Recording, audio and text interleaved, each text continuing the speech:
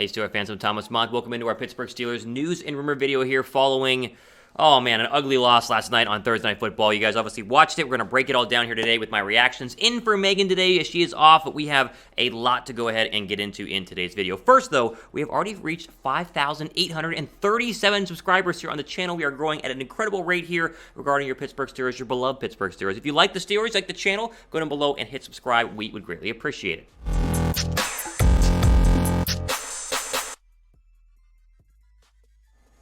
All right, so that's what we're going to do. Obviously, in today's video, break down everything that went wrong for the Pittsburgh Steelers and some things that did technically go right in their really brutal loss last night to the Minnesota Vikings. You go into this game on a Thursday night, knowing that it's a short week, knowing that you had a really tough game against the Baltimore Ravens last week, but you did come off a win, needing another win. I mean, I'm not going to say must-win game because that term gets thrown around way too much in the National Football League. Technically, they could lose last night and then still make the postseason with some help, but in reality, every game from here on out, with just a couple of games left, is the must-win football game, and the fact that they not only lost, but just looked so bad in that game. I mean, it wasn't just a close loss where one or two plays here or there. They got absolutely, completely obliterated in the first half on offensive defense. They started to play a little bit better there in the second half. They had a nice little comeback, although I would argue the Vikings kind of wet the bed in the third and fourth quarter. But in the end, they still came up short. And you talk about Chase Claypool, who we'll obviously talk about because Chase Claypool, oh my gosh, Chase Claypool gives me an absolute massive, massive headache. He was an issue there. Big Ben's arm strength, the play calling, the defense, everything was rough here in this 36-28 loss for the Pittsburgh Steelers. This really felt like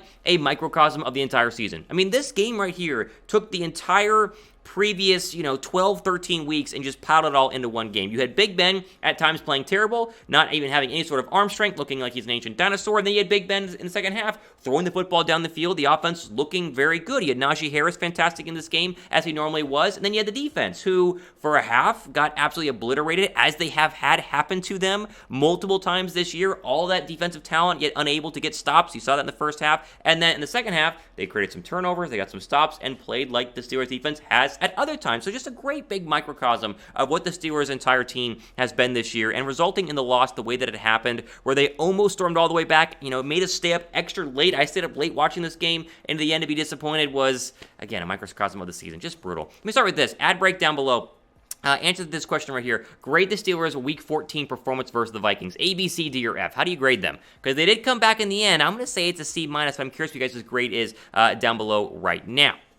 Before we go and get into my takeaways, though, quick shout out to an insane deal right now on this Pittsburgh Steeler hoodie. Christmas is just, 15 days away? Do you have a gift for that special Steeler fan in your life? If you don't, these hoodies are up to 50% off right now in terms of at the link of chatsports.com/Steelers hoodie /. So right now, you can go to the link. You see it on your screen right now and down below in the description box as well. Most of these hoodies are going to be on discount, and some are up to 50% off. I was scrolling through these before we went ahead and started the show. Some really great options to get the husband, the wife, the son, the daughter, the boyfriend, whatever it is in your life was a big Steeler fan. You know who it is. Maybe it's yourself. You need to get yourself a Christmas gift. Do it with our link here, chatsports.com/Steelers hoodie /. Most of those hoodies are up to 50% off. You see them on your screen flashing by right now.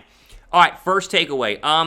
Let's just start with the defense, because the defense continues to get worked. And I know they played better in the second half, and they got some stops, and they created some turnovers. To me, again, that was more Vikings being the Vikings. The Vikings are very similar to Pittsburgh, right? Talent-wise, a little bit of quarterback issues there.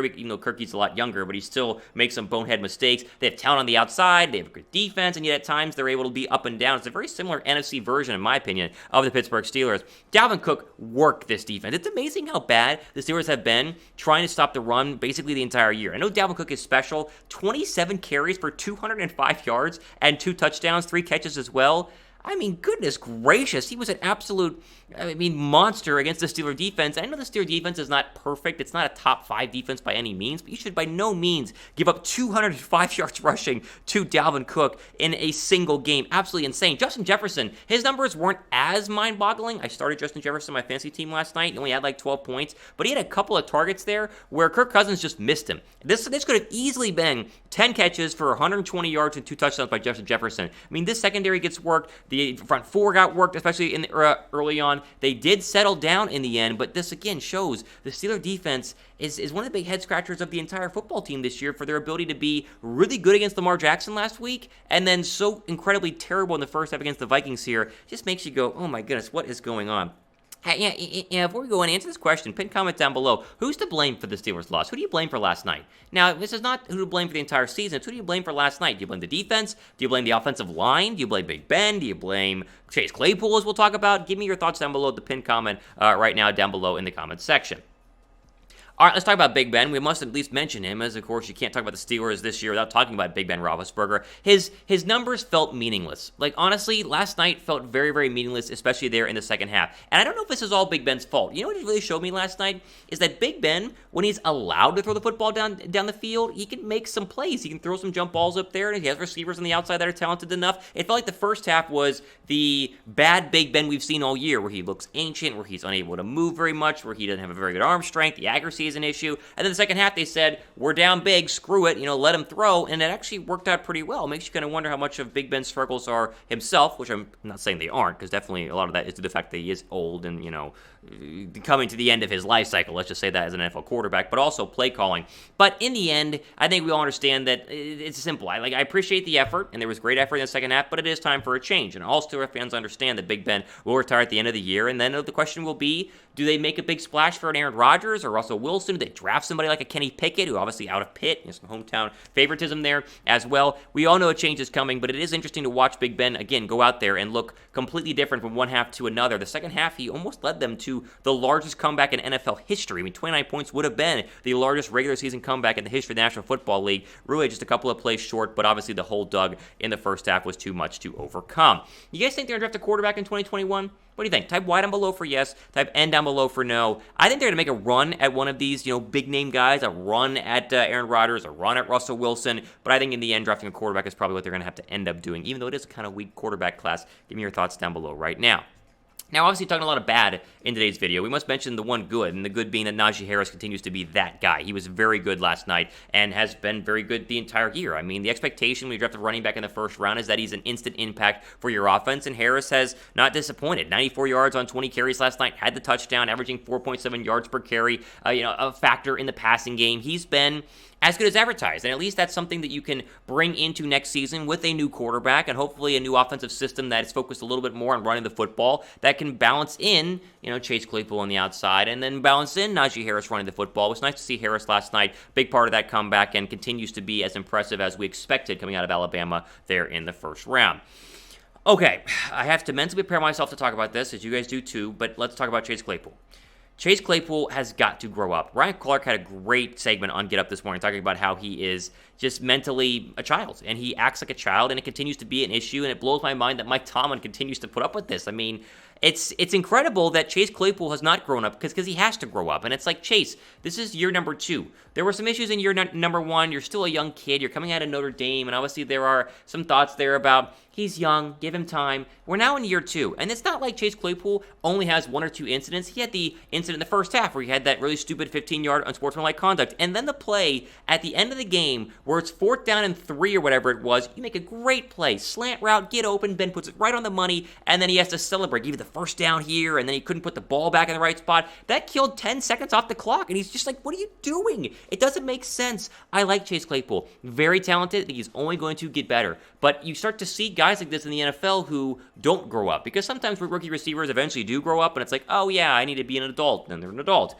Chase Claypool hasn't grown up yet, and I don't know if he's going to, and it's very concerning. And you just hope that last night kind of makes him sit down and reflect, watching Twitter, and people rip him on Twitter this morning and go, okay, you know what? Maybe I just need to focus on playing football and not being this loudmouth, dramatic kid on the outside, because I am super talented and I can be one of the greats in the league if only I don't make bonehead decisions like we saw a lot of last night and have seen the entire year. I don't know if that one first down motion there that cost him seconds actually cost them the game, because they were down 29 points, so there's a lot of other things that happened before that. But you think that Chase Claypool did cost the Steelers the game last night? If you do, type 1 down below for yes. If you do not, type 2 down below for no.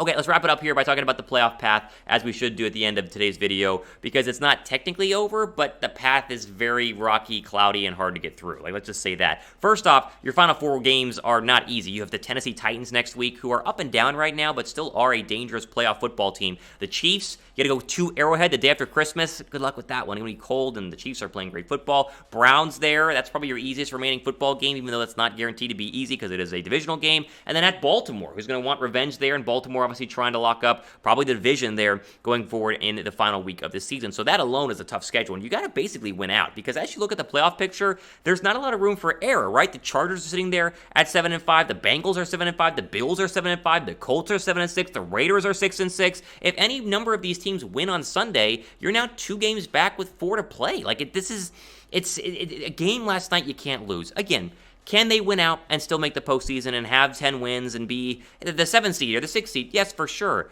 But winning out with that remaining schedule looks pretty tough to do, and you got to kind of think that maybe the nail's been put in the coffin for the Steelers, even though there still are 4 weeks left, and I don't want to say that officially, but it does look like things are very bleak for the Steelers' playoff chances in Big Ben's final season. All right, we'll go ahead and end here by mentioning you should subscribe to the channel one more time, because we have great content by Megan and myself coming up here over the next couple of weeks and months, regardless of what happens with our Steelers. Still a long way to go. They get on a little hot win streak here.